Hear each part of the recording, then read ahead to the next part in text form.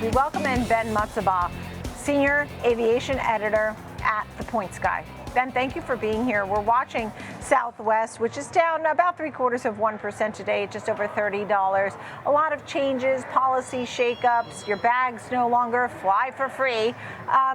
Is this what needs to happen for this kind of company?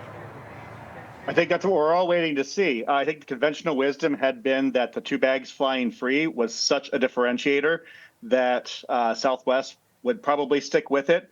Obviously, they leave some revenue on the table, but they have outsized loyalty compared to a lot of their peers. And inside the industry anyway, we kind of thought that by being different, Southwest could kind of make up for that lost revenue and then some by being the outlier.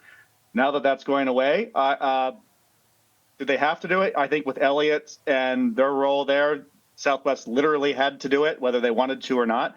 And now we're going to find out if that is a good idea, either short term, and I think long term is probably a little more questionable. It does make Southwest like everyone else, which then begs the question, if the fare is the same and the schedule is the same on American or Delta or United, will you end up picking them over Southwest if all other things are equal, where they previously had not been? And we know Elliott Management, activist investors, certainly putting pressure on the company, probably to get more revenues anyway, anyhow, and that would include charging for bags. It was interesting because the Wall Street Journal today had dearly beloved travelers. We gather today to mourn Southwest. And it was just sort of a piece being somewhat nostalgic for the old Southwest. But the problem is the discounted airlines, and we can look at, Save and Frontier, and they've had a hard time. Something has to change, right? They have. Well, yes, for sure that's true. And I think the thing that was the biggest disruptor here was the pandemic. I think that's just changed so many patterns that seem to be sticking after the pandemic is over, where people do value, leisure travelers do value more space and a little more luxury when they travel, whether that's 3 extra inches of legroom or an actual first class seat. And so that's kind of turned the old paradigm for what works in the industry on its head, whereas the discounters had been eating the big boys' lunch for 2 decades. It all kind of flipped on its head after the pandemic, and that's really hurt the real ultra low-cost carriers. Southwest has always kind of occupied that space in the middle. They don't have as much premium to sell in terms of seats and obviously no first class. They are adding extra legroom, so that will give them something they can upsell against. So there are some revenue opportunities there. And I think there are some other things that the airline did have to change. Their open seating policy, you can love it or hate it. But I think even the people who love it probably acknowledge in 2025 with the way things work, assigned seats make a lot of sense, whether you like it or not. The bag thing, I think this will be a marketing 101 class 10 years from now about the overall, because the Wall Street Journal's obituary piece was one of several to take that tone. So I think, 10 years from now, there'll be a marketing 101 class somewhere where they talk about how we all fretted and thought this was the end of the world for Southwest, but it turned out fine. Or it will be it was penny wise and pound foolish. They generated a bunch of revenue, but they created a brand that was perhaps the most iconic, most differentiated brand that the U.S. industry, if not has ever seen, has certainly seen this century. And we'll see what the consequences are of that. Those are the two ways it can go, I think. And unfortunately for those following it, there probably won't be a real way to know until it plays out. But you certainly have people worrying that this could be the end of Southwest as we know it. And if they lose that unique value proposition, do they just become another airline that American, Delta, or United can outgun with a bigger network? I think a lot of folks, let me ask you this. I think a lot of folks may just say, Southwest has the time I want. I'm taking Southwest. Is that possible? And we know that is true. I think, right?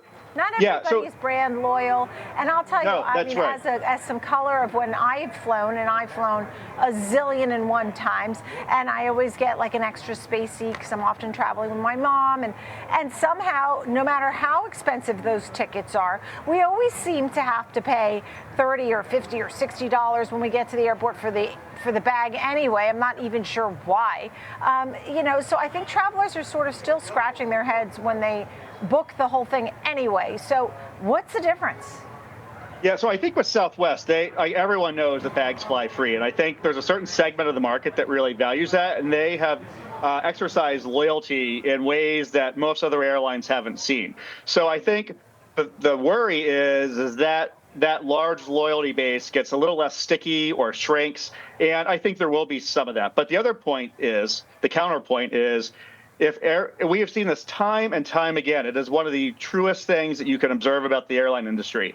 Even if you have had a bad experience with an airline and say, I'm never flying them again, the first time that you go to book a trip and they've got the best schedule and the best fare, you're going to say, like, I'm going to forget about that time that I was delayed for 7 hours somewhere, and I'm going to book it because it's $5 cheaper than the other guys, and Right. it's exactly when I want to go.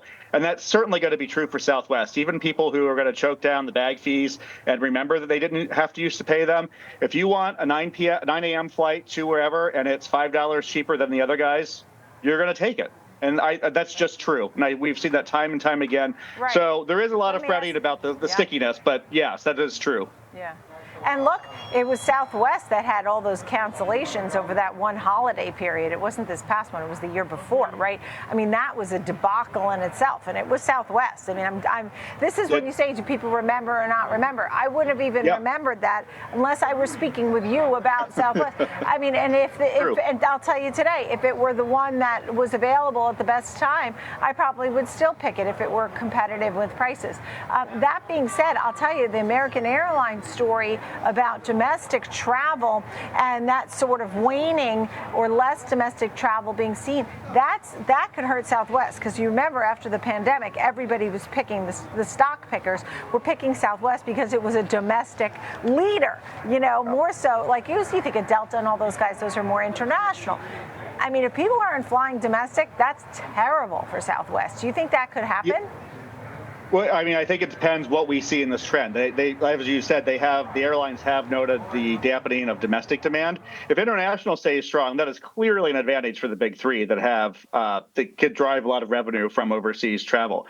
If this becomes a broader recession or other regions of the world go into recession as well, and it dampens discretionary spending across the board, then obviously you've got a big problem for everyone.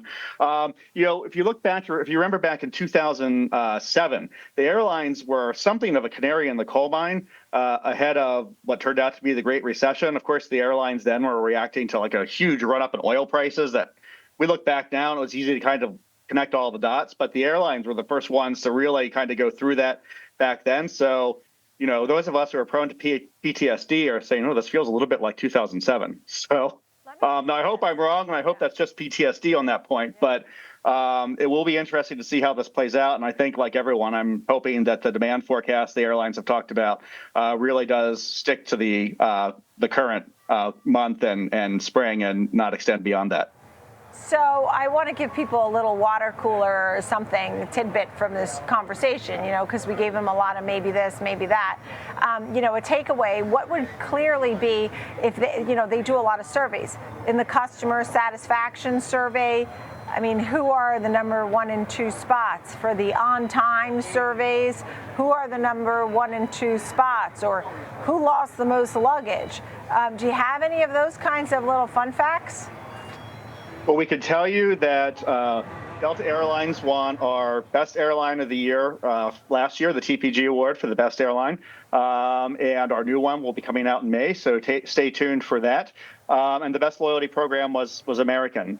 So those are the two that our readers and that our team here has liked.